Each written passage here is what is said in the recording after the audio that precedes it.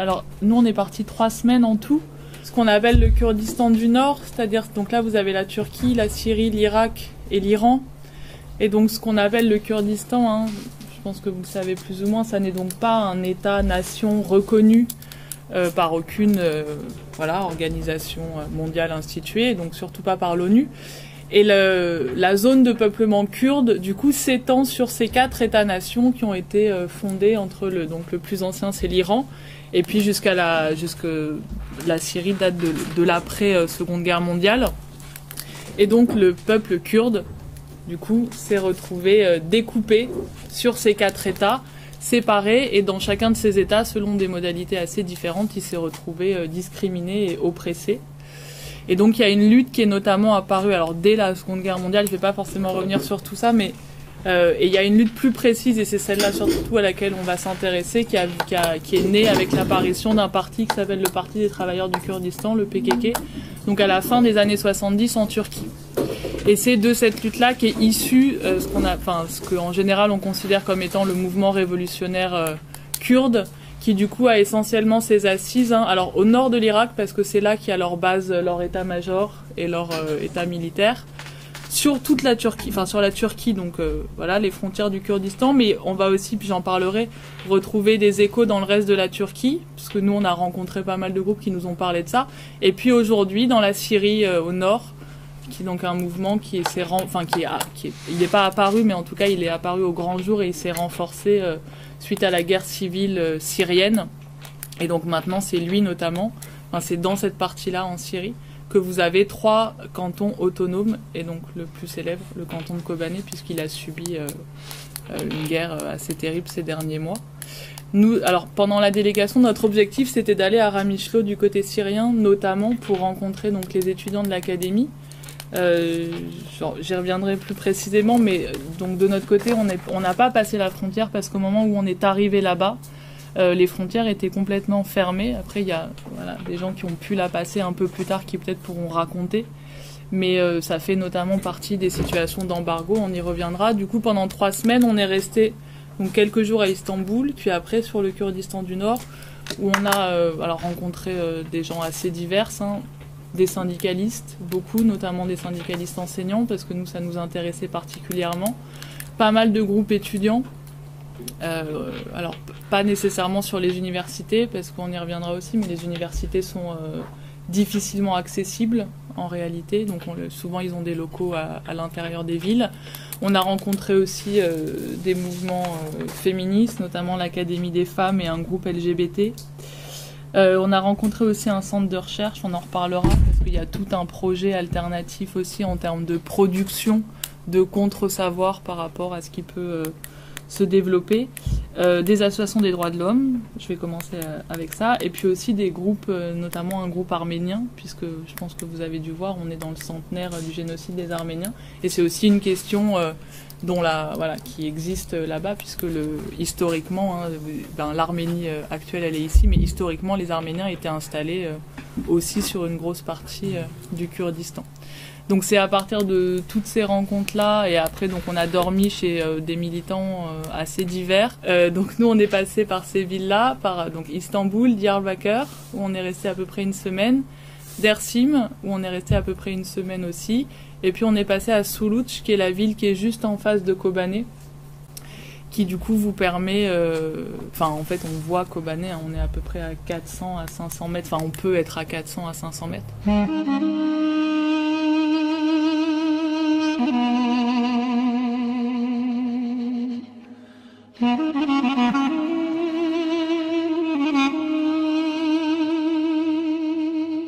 Donc moi je vais développer 3 petits gros points, on va dire. D'abord peut-être quand même faire un point sur la situation un peu, je sais pas trop comment l'appeler, mais bon, politico-humanitaire on va dire. Même s'il s'agit pas forcément de faire de l'humanitaire. Après j'expliquerai un peu l'état politique de la région, de ce qu'ils ont pu nous en dire. Et puis un dernier bout du coup à l'intérieur de cet état politique, tout le développement du confédéralisme démocratique, qui est donc le projet que mettent en œuvre un certain nombre de personnes dans la région du Kurdistan, et qui est issu donc du Parti des travailleurs du Kurdistan, le PKK. Alors il y a eu, suite aux guerres de cet été, à peu près 120 000 réfugiés qui se sont réfugiés donc là, au Kurdistan du Nord. Il y en a 80 000 qui arrivent du canton de Kobané et donc le reste, 40 000 qui arrivent du nord de l'Irak, par ici. Et donc tout le monde s'est rassemblé sur cette région-là. Les gens du canton de Kobané plutôt aux alentours de Soulouch, ou essentiellement aux alentours de Soulouch. Sachant que tous ne sont pas, il y a beaucoup de camps qui ont été créés, mais tout le monde n'a pas été installé dans des camps, parce que déjà il n'y en a pas assez. Et puis on va le voir, mais en fait l'État turc n'a absolument pas soutenu l'arrivée des réfugiés, donc il y a eu beaucoup de personnes qui ont dû trouver des moyens d'aller vivre dans des familles, sachant que vous avez une frontière étatique ici, mais ce qui vous explique assez souvent, c'est que c'est une frontière qui pour eux n'a pas de réalité. Vous pouvez très bien avoir une famille en fait dont une partie est syrienne et l'autre est turque, simplement ils ont été séparés par cette frontière de l'État, donc ça a permis aussi à un certain nombre de gens de pouvoir vivre directement chez des habitants. Et par contre les réfugiés du nord de l'Irak, et notamment un groupe qui s'appelle les Yézidis, eux, ils sont plutôt donc entre cette frontière du nord de l'Irak et Diyarbakır. Vous avez des camps à Diyarbakır, vous avez aussi des camps dans une île qui s'appelle Batman, qui eux sont dans une situation un peu différente parce qu'ils ils avaient beaucoup moins de connaissances, et en plus disons que c'est un sous-groupe à l'intérieur des Kurdes, c'est-à-dire qu'ils ont une religion particulière, des coutumes entre guillemets particulières. Donc ça a été pour eux un déracinement, on va dire, beaucoup plus fort que ça ne l'a été pour les gens qui quittaient la Syrie, où on va dire qu'il y avait des similitudes un peu plus importantes. Nous, on a pu voir du coup les camps du côté de Diyarbakır, des camps Yézidis, on a pu rencontrer des représentants des Yézidis, qui sont donc à peu près 40 000, et qui nous ont, et puis par ailleurs des gens qui travaillent avec eux, qui sont dans une situation particulièrement difficile, d'abord parce que, et on le verra, ce ne sera pas le cas des réfugiés de Kobané, en fait ils ont directement subi les massacres, c'est-à-dire qu'en gros ils ont vu en direct ce qui s'était passé, quoi, et ils ont pu être extirpés en fait de l'Irak que après que les massacres aient commencé. Il y en a aussi un certain nombre d'entre eux, notamment un certain nombre d'entre elles, qui sont encore entre les mains de Daesh. Vous avez peut-être entendu parler, mais donc il y a beaucoup de jeunes filles yézidis qui ont été transformées en esclaves sexuels. Ce qui fait qu'en fait, il y a une situation où eux-mêmes le disent, c'est-à-dire que psychologiquement, je ne sais pas trop comment dire ça autrement, en fait, ils sont dans une situation assez dramatique et fragile. Et nous, on a débarqué en fait dans un camp à un moment qui a été assez compliqué, parce que justement, quand on est arrivé au camp, il y avait la nuit même une jeune fille qui s'était suicidée, qui en fait était repassée en Irak pour récupérer des affaires et avoir des informations sur des amis à elle qui étaient restés, et qui en fait après, en rentrant à Diyarbakır, a pas supporté en fait ce qu'elle avait appris et vu. Donc on a vraiment débarqué dans une situation où en fait clairement on savait pas comment gérer et quoi faire. Donc on est resté à l'extérieur du camp. Alors en fait de camp, ils sont installés sur un complexe sportif, donc il n'y a pas du tout ils sont pas refermés sur eux, il n'y a pas de barbelés, personne ne contrôle l'entrée. Ils appellent ça un camp parce qu'ils sont installés dans des tentes. On appelle ça un camp parce qu'ils sont installés dans des tentes. Ils sont à peu près 4000 à l'intérieur, dont 1 millier d'enfants.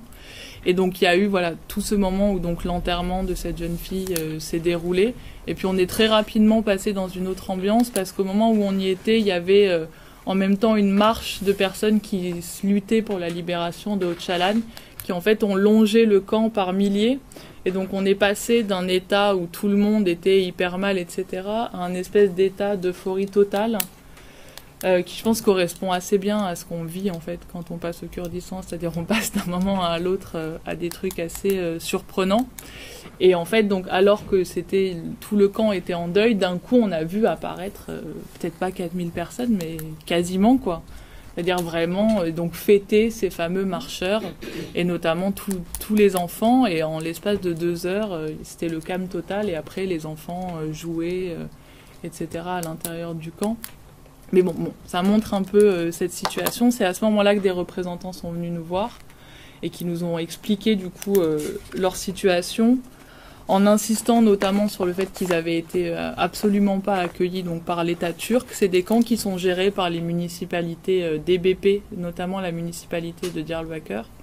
Le DBP, c'est le parti, je sais pas comment le dire, le plus en français, comment le traduire le mieux. On dit souvent c'est la façade légale du PKK. Bon, c'est très simplificateur de dire ça. Mais pour simplifier, on peut dire quelque chose comme ça. C'est un parti qui se présente aux élections et qui défend le confédéralisme démocratique. Et c'est donc ce parti qui a notamment fourni, et les municipalités de ce parti qui a fourni l'argent pour les camps, avec évidemment un très fort soutien de la population. Ça, c'est revenu assez souvent, notamment les gens chez qui on dormait, hein, les diverses manières dont ils peuvent soutenir. Et donc...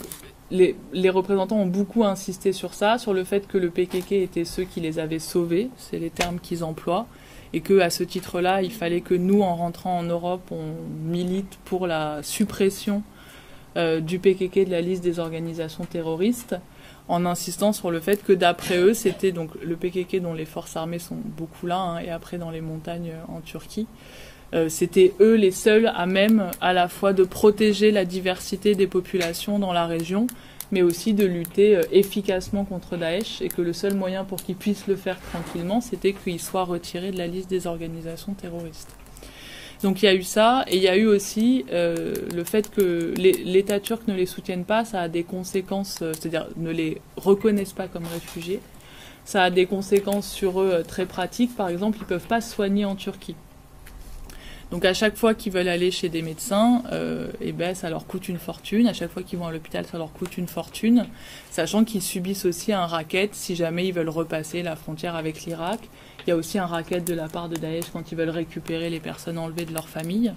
Donc si vous additionnez tout ça, ça donne vraiment une situation pour eux qui est extrêmement difficile. Enfin, voilà. Ça, c'est la situation des Yézidis.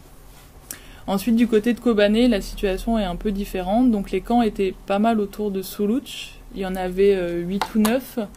Au moment où nous on est arrivés, donc à la mi-mars à peu près, les camps étaient en grande partie en train d'être démantelés, puisque la ville de Kobané a été donc libérée à la fin du mois de janvier. Et en fait, il commence à y avoir des réfugiés qui rentrent vers Kobané. C'est les seuls qui peuvent passer la frontière, puisque c'est leur pays au départ. Donc les militaires turcs les laissent relativement passer la frontière. Ça peut être un peu plus compliqué parfois. Et donc sur les 80 000 réfugiés, ils étaient déjà 40 000 à être rentrés vers Kobané. D'après les témoignages qu'on a eus, notamment d'une délégation d'un syndicat étudiant qu'on a rencontré qui allait à Kobané.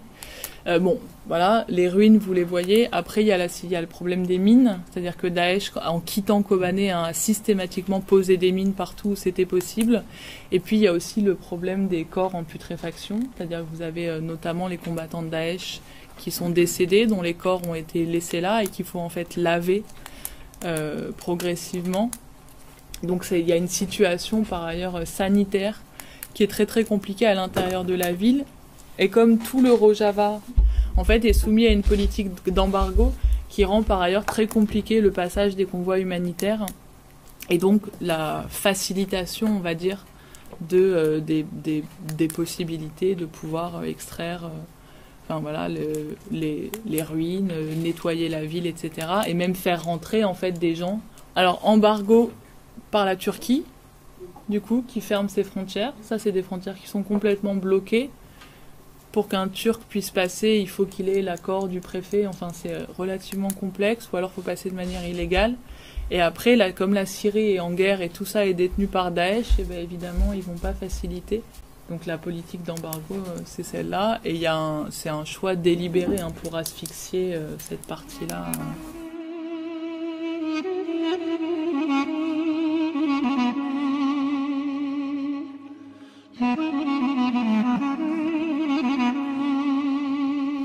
Sur la situation politique, au moment où on est arrivé là-bas, donc à la mi-mars, donc le mois de mars c'est un passage symboliquement important, puisque c'est le moment du Névrose, qui est alors c'est la fête du printemps, mais c'est surtout une grande fête d'affirmation politique depuis la fin des années 80 et surtout le début des années 90. Ça a été réprimé de nombreuses fois dans le sang.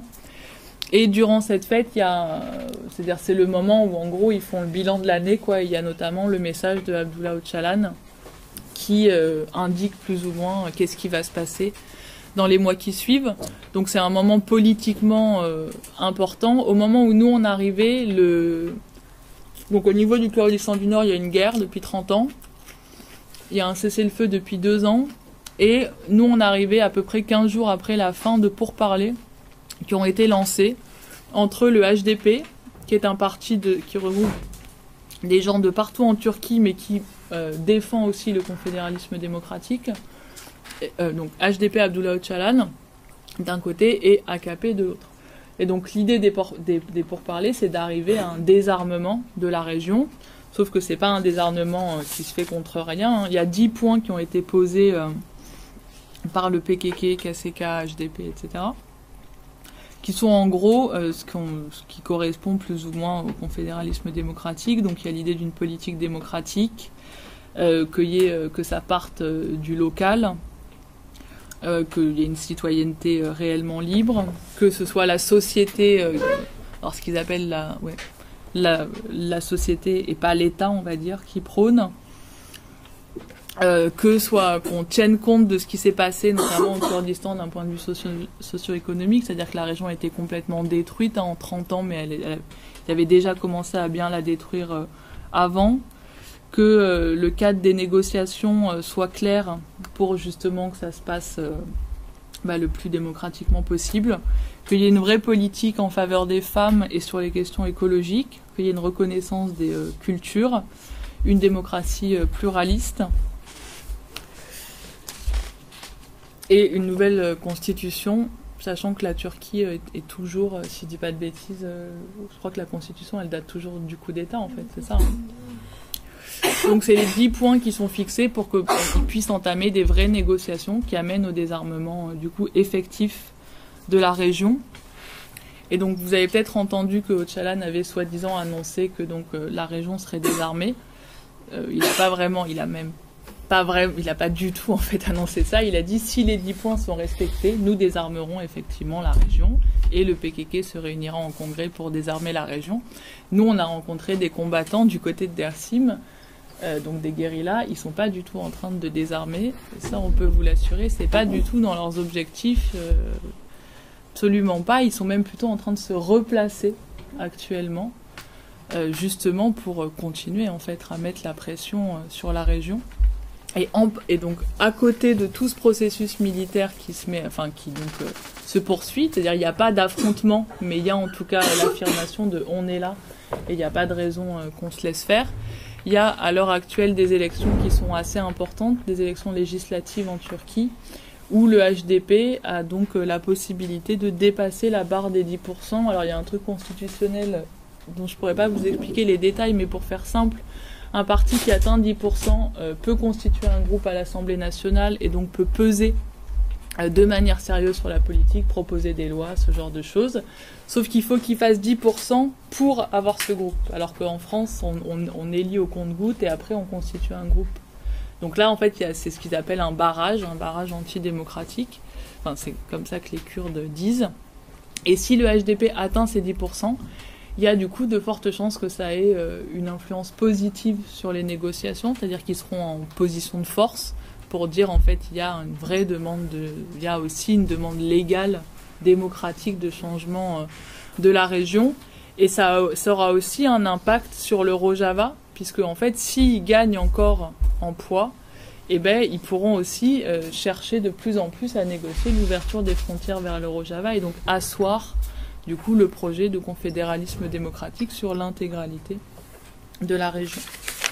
Sur donc le confédéralisme démocratique ou l'autonomie démocratique, alors ce qui est très intéressant dans toute cette région du Kurdistan du Nord, c'est que du coup ça fait des années qu'ils mettent en œuvre ce projet de confédéralisme démocratique.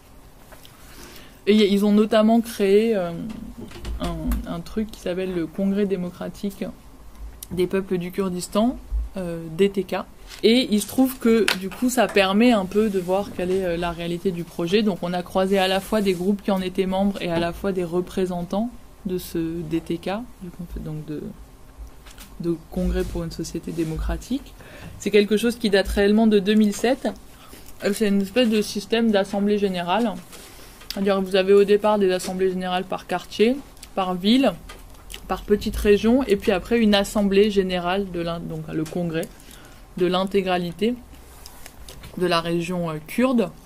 Et à l'intérieur de ces divers AG, plus à l'intérieur du congrès, vous avez des divers systèmes à la fois de représentation, d'élection, de mandatement, où donc vous avez des gens qui sont, on va dire, mandatés directement, et ils ont aussi fait en sorte d'avoir un système de représentation qui permette à tous les peuples qui vivent dans cette région, parce que ça fait partie intégrante du confédéralisme démocratique, d'avoir leur mot à dire. Donc ils ont reconnu des places spécifiques aux Arméniens, des places spécifiques aux Arméniens, aux Kurdes, aux Assyriens, bon bref, à tout un tas de peuples, voilà, divers et variés, aux cultes aussi, puisque vous avez à la fois plusieurs types de musulmans, vous avez des chrétiens, vous avez des zoroastriens, voilà, diverses religions comme ça.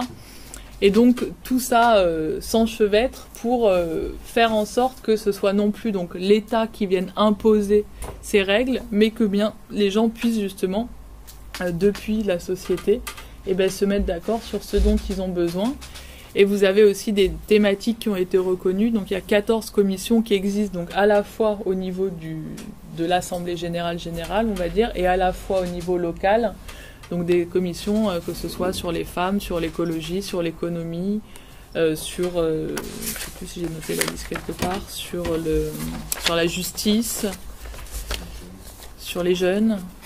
Et il se trouve que du coup, ça se développe de plus en plus, toutes ces assemblées générales, et c'est un système complètement parallèle aux municipalités. C'est-à-dire qu'ils n'ont pas de reconnaissance étatique, mais ils développent, eux, leurs propres projets selon leurs propres besoins. Donc ils développent tout un tas d'impératifs écologiques. Il s'est passé évidemment, je pense que tout le monde le sait plus ou moins, beaucoup de choses du point de vue des femmes. Ils ont créé des espaces spéciaux, donc ce qu'ils appellent notamment des académies de femmes, qui sont en gros des espaces essentiellement en non-mixité, où les femmes peuvent se réunir. Il y a aussi au niveau du DTK un système, donc à chaque fois vous avez un système de coprésident, coprésidente, c'est-à-dire un homme, une femme, systématiquement, un comandatement, et en même temps du coup une organisation des femmes à part entière, c'est pas une branche femme, c'est vraiment une organisation à part entière qui va cohabiter à côté de l'organisation mixte et qui du coup va prendre ses propres décisions, notamment sur les questions liées aux femmes. Et l'objectif de tout ça, c'est à la fois de mettre à bas le capitalisme, de mettre à bas le patriarcat, de mettre à bas la destruction de la nature, etc., pour faire renaître, du coup, un espace de liberté où les gens puissent réellement vivre selon les besoins qu'ils ont. Et c'est exactement ce même projet qui se développe en Syrie. Donc il y a des liens assez importants. Alors ici, ça s'appelle le DTK, en Syrie, ça s'appelle le TEFDEM, donc dans les 3 cantons autonomes. Et il y a des liens qui sont effectivement forts avec un système où, c'est ce que je vous disais tout à l'heure, ce qui va se jouer en Turquie aura forcément une influence sur la possibilité pour les cantons du Nord de pouvoir perdurer, quoi. Et juste un mot aussi sur on a assisté à une conférence des jeunes du Moyen-Orient, et c'est assez intéressant aussi de voir que c'est pas un projet que du coup ils ambitionnent uniquement pour la région dite Kurdistan, mais bien pour l'intégralité du Moyen-Orient. Et donc on a assisté du coup à plein de débats pour savoir est-ce que c'était le type de projet qui pouvait avoir une vocation mondiale, est-ce que ça s'appliquait qu'aux Kurdes, est-ce que c'était issu entre guillemets de la culture kurde, etc., etc. Et dans cette conférence, ce qui était aussi très impressionnant, c'est que donc ça allait de l'Afghanistan, la Palestine, la Tunisie, le Liban, l'Irak, l'Iran, la Syrie, la Turquie, évidemment. Il y avait aussi des gens qui arrivaient de plus haut, des Géorgiens. Enfin bref, c'était le grand Moyen-Orient, quoi. Et en même temps, c'était quasiment que des gens qui avaient moins de 25 ans et qui avaient tous vécu en fait des révolutions. Et donc ils avaient des vrais débats très pratiques, quoi, sur leurs diverses expériences, donc la révolution égyptienne, la révolution tunisienne, ce qui se passe en Syrie, ce qui a pu se passer en Iran, à partir de justement est-ce que en fait le confédéralisme démocratique pouvait être un projet pour l'ensemble de ces personnes. Et c'est-à-dire, je l'ai peut-être pas assez dit au début, mais il y a une vraie effervescence politique et révolutionnaire qui se joue quoi là-bas et qui est vraiment prégnante quasiment à chaque fois que vous rencontrez un groupe. Et là, c'était assez flagrant, quoi. C'est-à-dire, il y avait des discussions entre des Égyptiennes qui racontaient leurs expériences et des Kurdes de Syrie qui racontaient leurs expériences. Et ça s'écharpait vraiment sur des vraies questions révolutionnaires, quoi. Qu'on soit d'accord ou pas avec ce que chacun pouvait dire.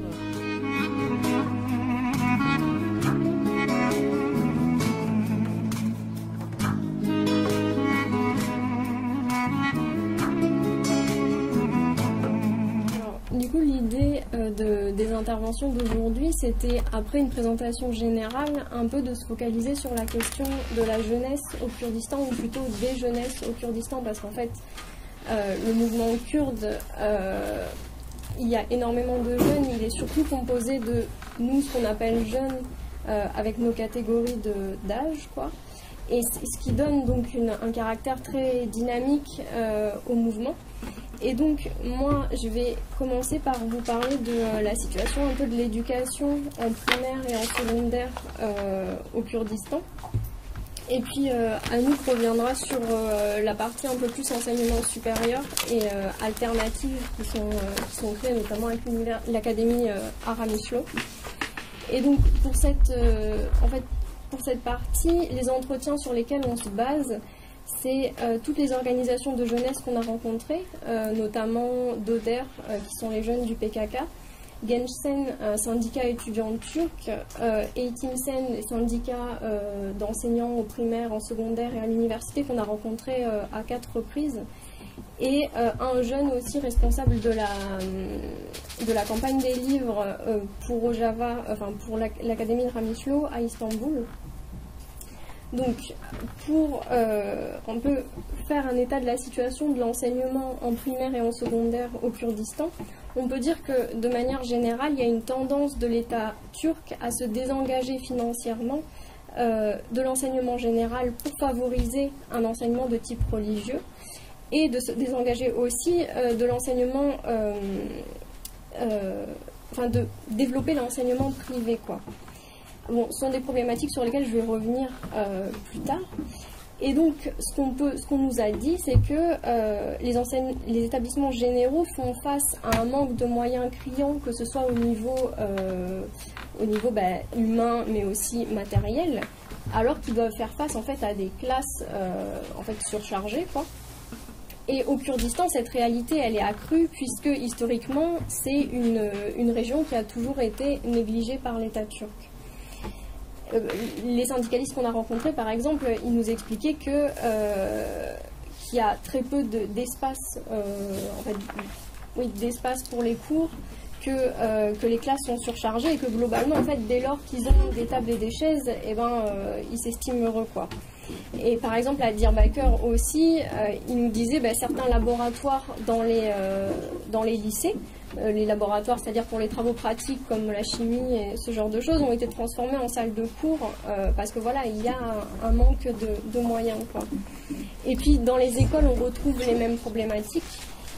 Et il nous expliquait c'est d'autant plus problématique que ce sont des établissements qui ne sont pas adaptés à un enseignement pour les enfants, parce que par exemple il n'y a pas d'aire de jeu, quoi.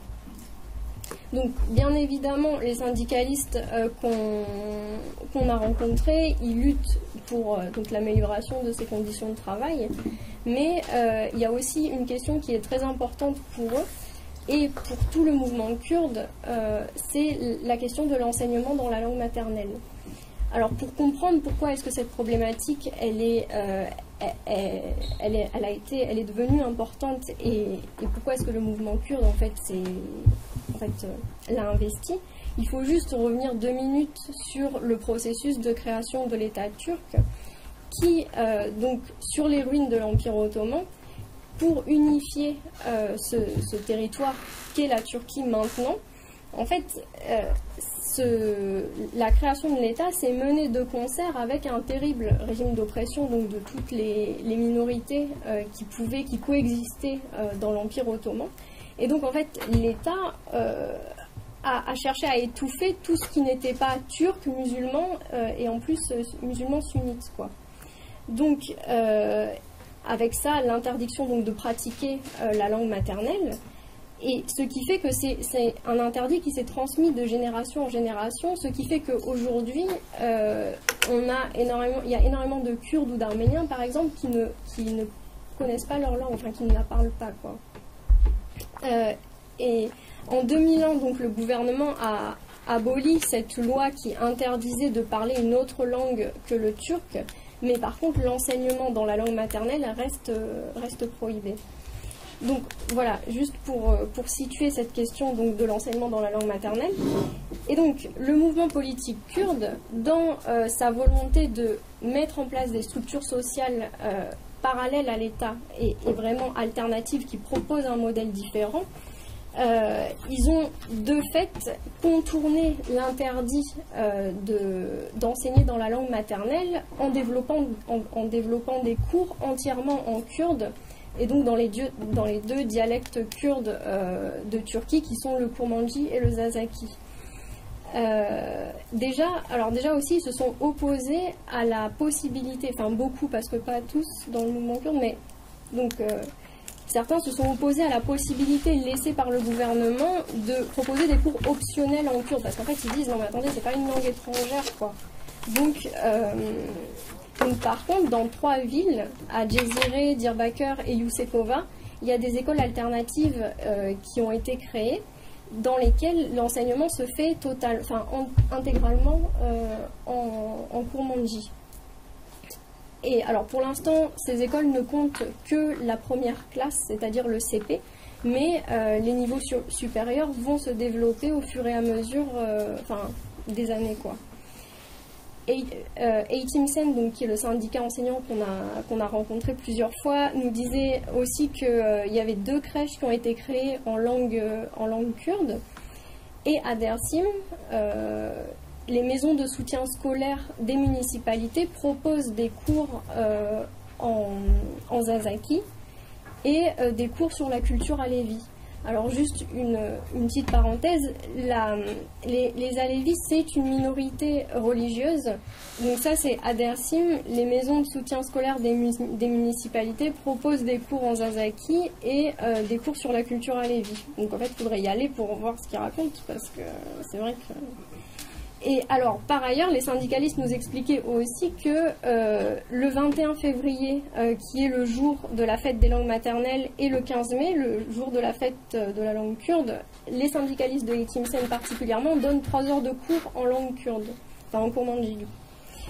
Donc il s'agit en fait pour le mouvement politique d'affirmer que chaque enfant a le droit de recevoir un enseignement dans sa langue maternelle et de ne pas se voir imposer une langue étrangère, quoi.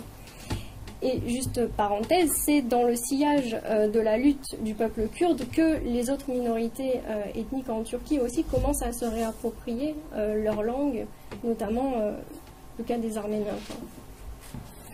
Donc, alors, je disais au début que la tendance... l'enseignement a tendance donc à non seulement à se privatiser, mais aussi à subir une influence de plus en plus prégnante de la religion. Et vraiment, on peut parler d'une espèce de colonisation entre guillemets de l'enseignement par la religion et du fait, dans une volonté de l'État, hein. Et ça se traduit par plusieurs choses, dont le fait que l'État a imposé des cours obligatoires de culture religieuse, entre guillemets, à tous les niveaux scolaires, depuis la maternelle jusqu'au lycée. Alors en maternelle, ça ne s'appelle pas comme ça, mais voilà, ça équivaut à la même chose. Et donc les écoles religieuses, qui s'appellent les imamatipes, se développent de plus en plus en Turquie. Du coup, je disais que il y a une volonté affichée de l'AKP à partir de 2016 de développer aussi, par exemple, des écoles pour les Alévis. Dans le sens où les Dédés, qui sont les équivalents des imams dans la culture alévi, seraient formés par l'État et donneraient des cours dans ces écoles pour les Alévis. Donc c'est une façon en fait de contrôler non seulement d'intervenir au cœur des convictions religieuses des individus, mais aussi ça permet à l'État de construire sa propre conception de la lévité afin de mieux en délimiter les contours, quoi. Donc sur le dépérissement de l'enseignement général, il y a l'enseignement de type religieux qui prospère, mais aussi l'enseignement privé. Et par ailleurs, il se trouve qu'une bonne partie des établissements privés sont aussi des établissements de type religieux. Voilà. L'État, donc pour ce mouvement de privatisation, il se voit par le fait que l'État en fait a développé tout un tas de politiques qui incitent les familles à se tourner vers le privé. Alors, ça passe par assurer la gratuité de tout un tas de services, comme les repas, les transports, alors que ce genre de services dans les établissements généraux sont à la charge des familles, mais aussi des systèmes de pension gratuites dans les lycées, et puis même en fait une aide financière très concrète aux familles lorsqu'elles inscrivent leurs enfants dans le privé. Ça va de 2500 liras en primaire, 3000 au collège, 3500 au lycée. Et donc, je vais juste finir en disant que globalement, en fait, ce qui nous a été décrit, c'est un système éducatif très, peu émancipateur, qui n'est pas vecteur de créativité, et il nous disait il y a très peu de cours d'art, de musique, de choses qui peuvent favoriser un développement personnel, et au contraire, l'enseignement est surtout basé sur l'enseignement, sur l'apprentissage par cœur, et à partir de programmes nationalistes, racistes, sexistes, et avec beaucoup de cours de langue turque, donc ce qui rentre complètement dans ce que je vous disais au début sur le fait que ils interdisent de l'enseignement en langue maternelle pour favoriser le turc.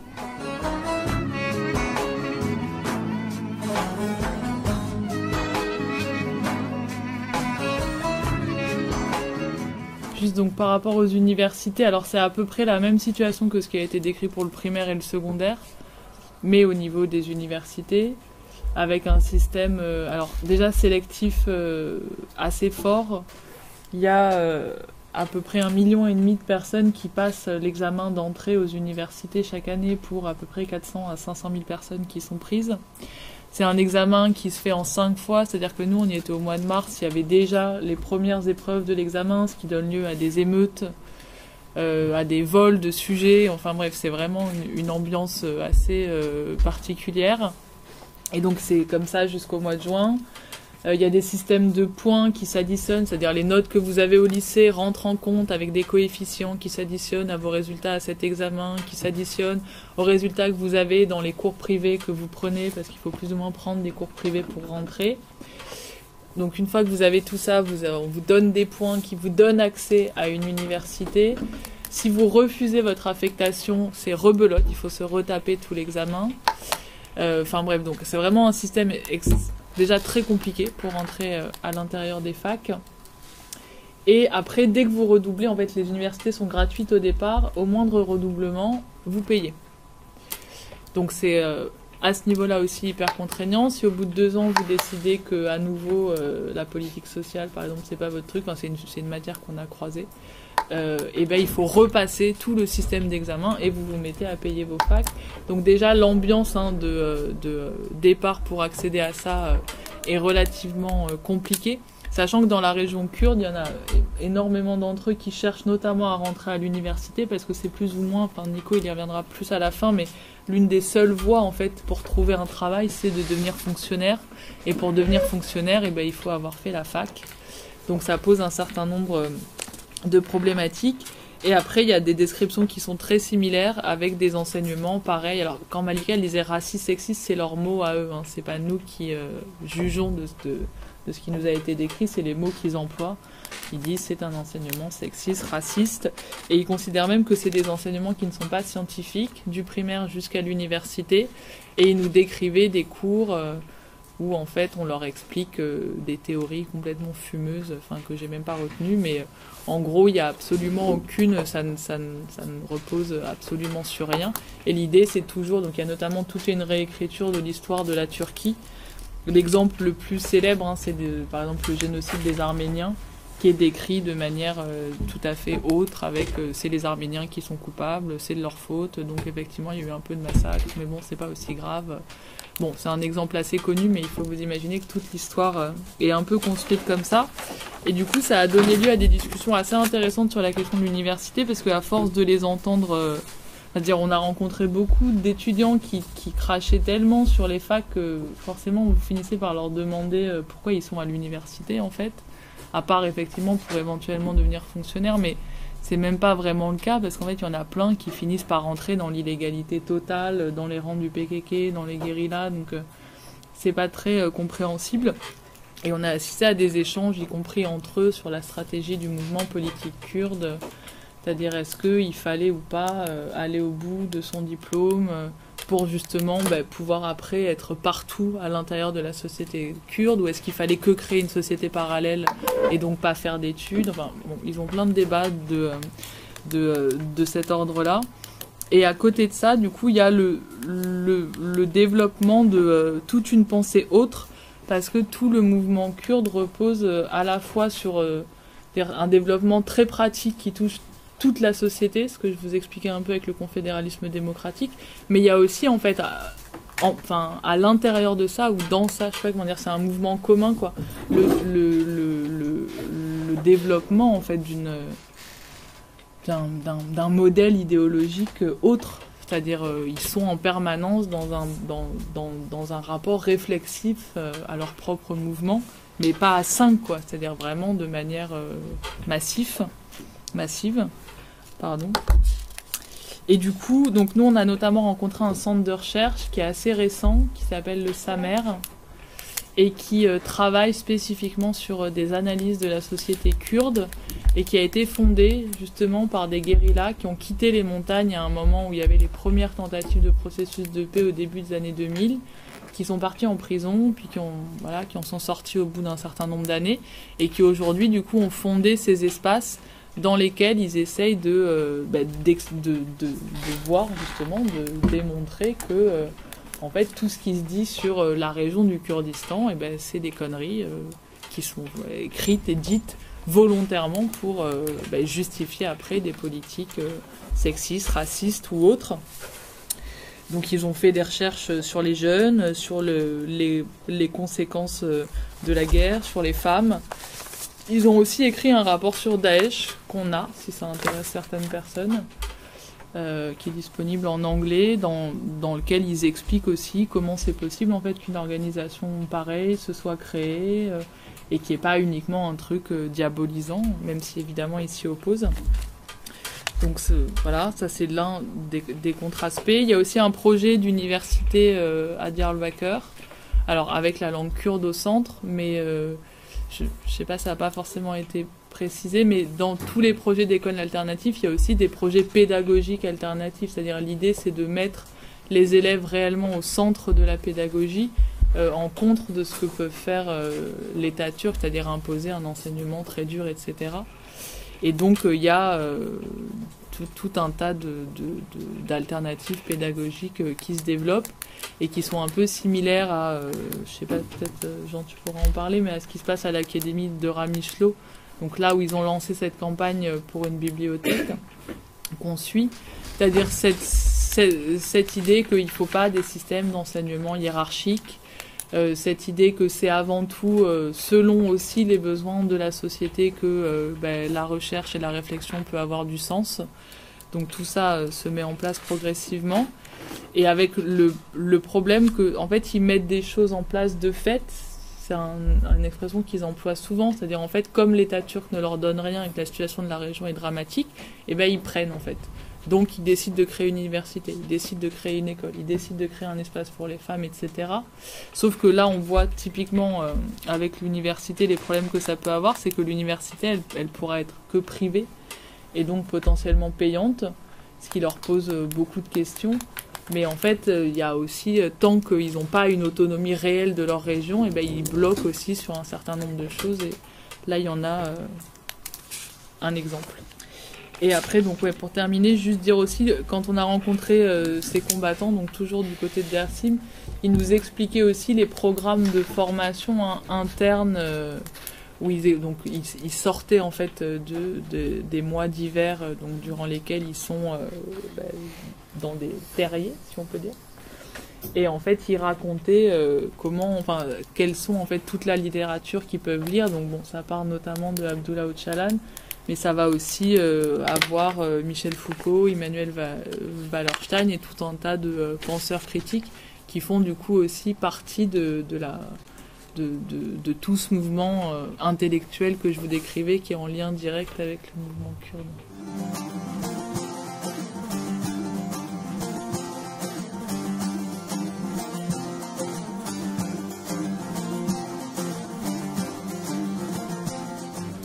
Moi, je vais parler plutôt des conditions plus ou moins économiques dans le Kurdistan du Nord et des conditions de vie de la jeunesse.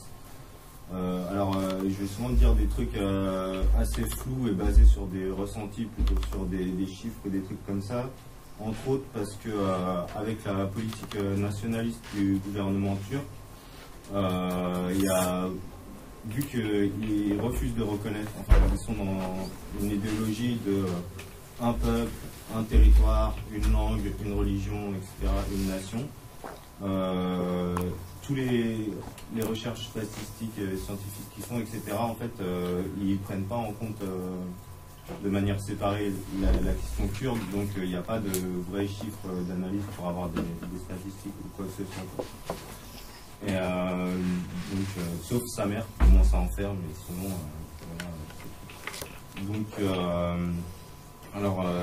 la Turquie, en gros, depuis la fin de l'Empire ottoman, qui était un État plurinational, plus ou moins avec des réseaux de vassalité où chaque région était plus ou moins autonome avec son seigneur qui répondait au sultan. Je crois que c'est un sultan. Enfin bref. Et depuis qu'il y a eu la création de la Turquie, le Kurdistan est considéré à la fois comme une réserve de main-d'œuvre, car c'est une grande région avec une bonne démographie, et une réserve de matières premières, notamment avec des mines assez présentes, etc. Et la Turquie ne fait pas grand-chose en fait pour financer l'économie kurde, de la région kurde, et à part éventuellement implanter des entreprises, ses propres entreprises dedans. Et donc on nous a souvent parlé d'une situation coloniale en fait pour parler du Kurdistan en Turquie avec les interlocuteurs qu'on est. Et aussi après à partir des années 80 et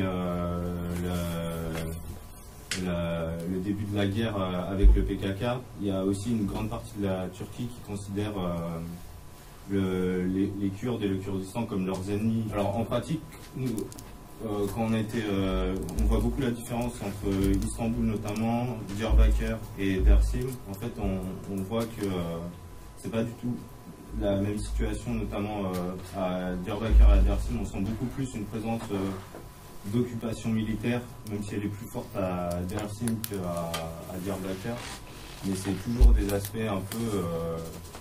moi, ça m'a fait penser, quand j'étais petit, j'avais été à Berlin avant la chute du mur, et avec des casernes militaires partout, etc. Et justement, il y a plein d'endroits comme ça, autour des casernes, en fait, il y a des champs de mines, et là où on voit qu'ils considèrent la population comme une ennemie, c'est que les champs de mines ne sont pas indiqués, et que quand ils retirent une caserne, ils ne déminent pas, et ils laissent la situation comme ça, etc.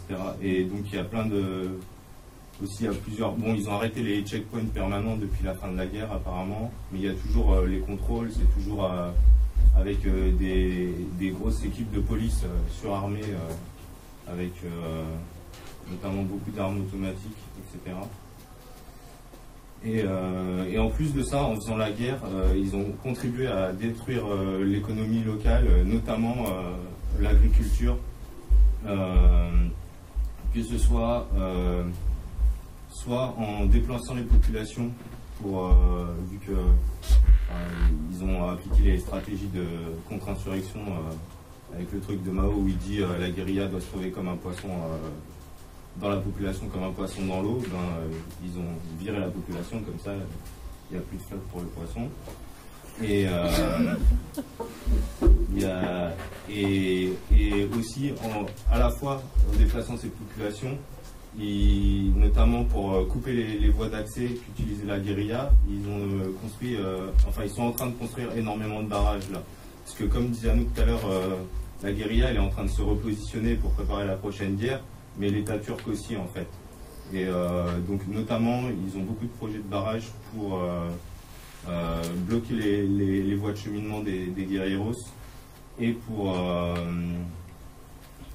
aussi encore virer la population de ça.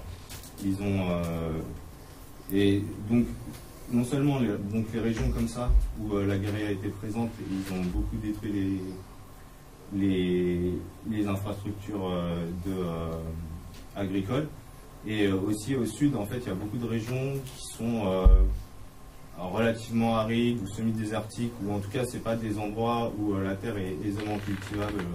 Normalement là on voit par exemple dans des paysages comme ça c'est entre Diyarbakır et Suruç, et donc rien qu'avec la présence de tous les rochers, on ne peut pas faire passer de tracteur là-dessus par exemple pour si on veut faire pousser, je sais pas, du blé, enfin je suis pas agronome mais je suppose que ça rend les trucs plus difficiles quoi. Et donc la seule chose qu'on a vue là-bas, à part quelques régions où ils avaient retiré les cailloux, c'était principalement de l'élevage de moutons ou de chèvres. Ce qui, d'un point de vue production de nourriture est non rentable.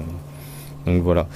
Et donc ce qu'ils ont fait aussi dans les régions où il y a la guérilla, pour éviter que les guerrilleros puissent se planquer, c'est ils ont rasé la quasi-totalité des arbres sur des régions assez impressionnantes. Donc après, en fait, vu que pour assécher la guérilla, ils ont déporté les populations assez massivement, ça a entraîné un fort exode rural où les populations se sont retrouvées beaucoup dans les villes. Donc Diyarbakır, je crois, ça a doublé en quelques décennies. Et mais aussi pas forcément que dans le Kurdistan, il y a eu beaucoup de gens qui sont allés à Istanbul ou dans d'autres villes de Turquie, ou sinon en France, en Allemagne, etc. Et donc voilà. Et ce que ça a entraîné pratiquement aujourd'hui, c'est qu'il y a une grande partie de la population kurde en fait. C'est une population urbaine, mais c'est une population urbaine qui l'est depuis moins d'une génération. Et donc il y a beaucoup de jeunes qu'on a rencontrés, en fait, leurs parents et leurs grands-parents, ils ont vécu toute leur vie dans les campagnes, et eux, c'est la première génération qui a grandi entièrement en ville. Sauf que bon, ils se sont retrouvés en ville, mais sauf que, en fait, dans le Kurdistan, vu que la Turquie n'avait jamais rien fait pour développer l'économie, il n'y a pas grand-chose, enfin il n'y a rien pour eux, que ce soit en termes d'infrastructure ou d'accès à l'emploi ou ce genre de choses. Et quand ils ont immigré dans le reste de la Turquie, en fait, c'est des sous-citoyens. Ils sont un peu considérés, enfin, ils vivent dans des ghettos.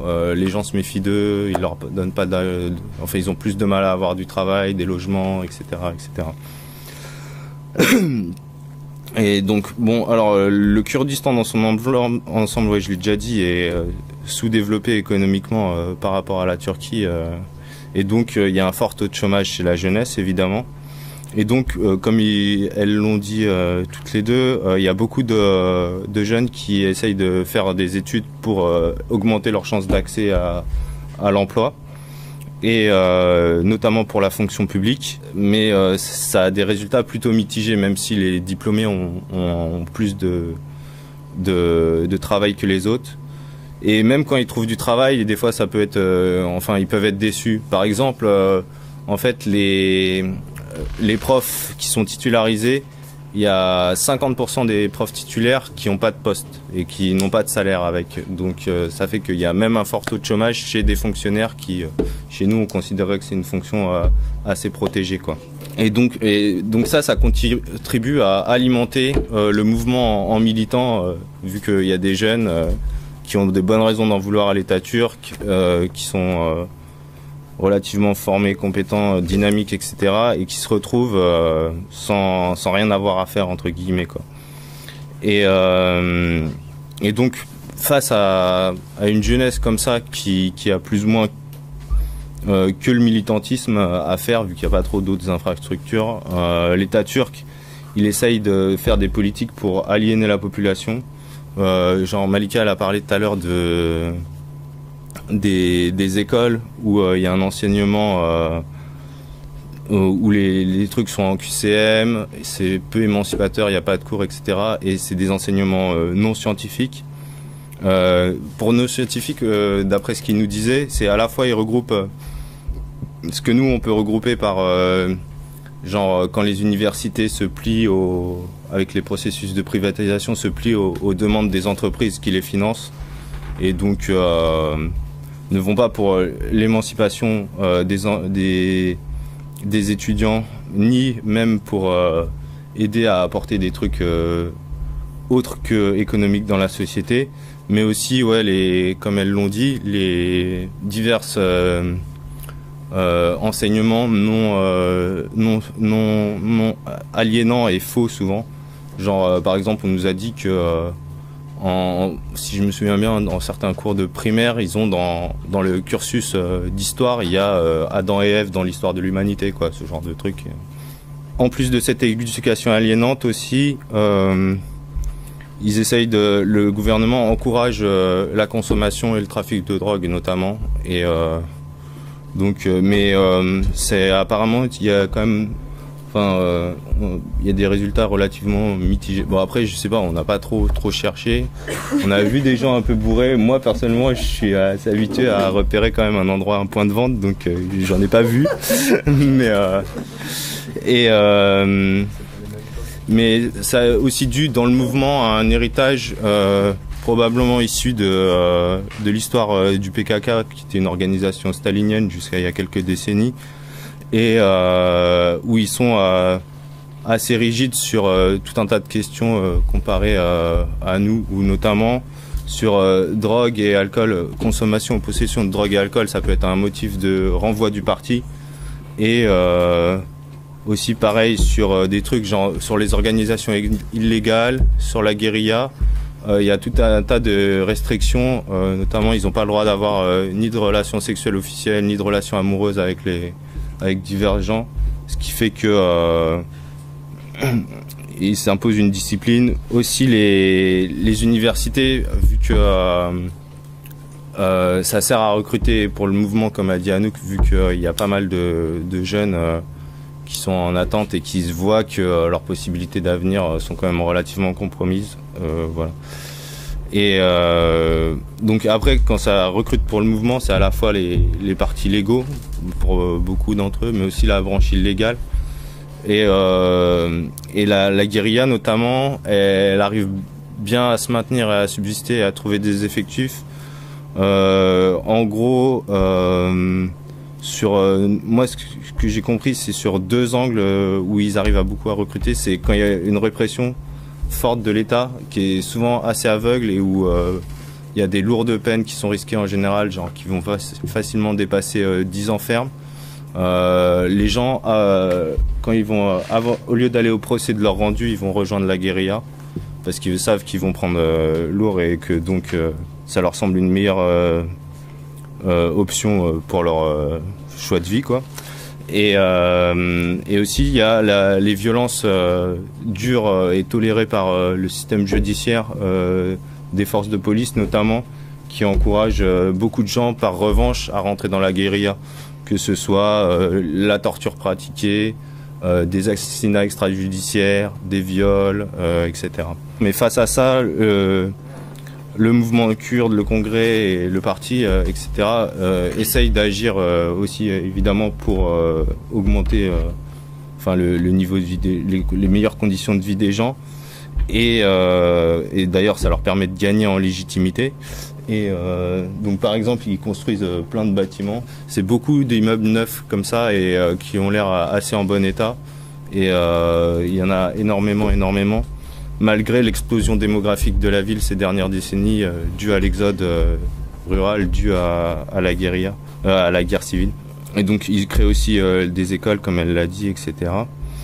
Et ils aident aussi les gens à trouver une activité économique à travers les commissions du Congrès, notamment les commissions travail, etc., etc. Et en parallèle de ça aussi, ce qui rend le mouvement fort et ce qui fait qu'ils ont une portée, c'est que tous les secteurs avec qui on a parlé, ils avaient un taux de syndicalisation proche de 100%, que ce soit pour les syndicats clientélistes ou pour les syndicats de lutte, entre guillemets. Ce qui fait que ouais, globalement, ça fait une population où il y a peu d'accès enfin, il y a peu de services qui leur sont donnés, mais ça pousse les gens à s'investir beaucoup dans le mouvement social et ou même à différents niveaux.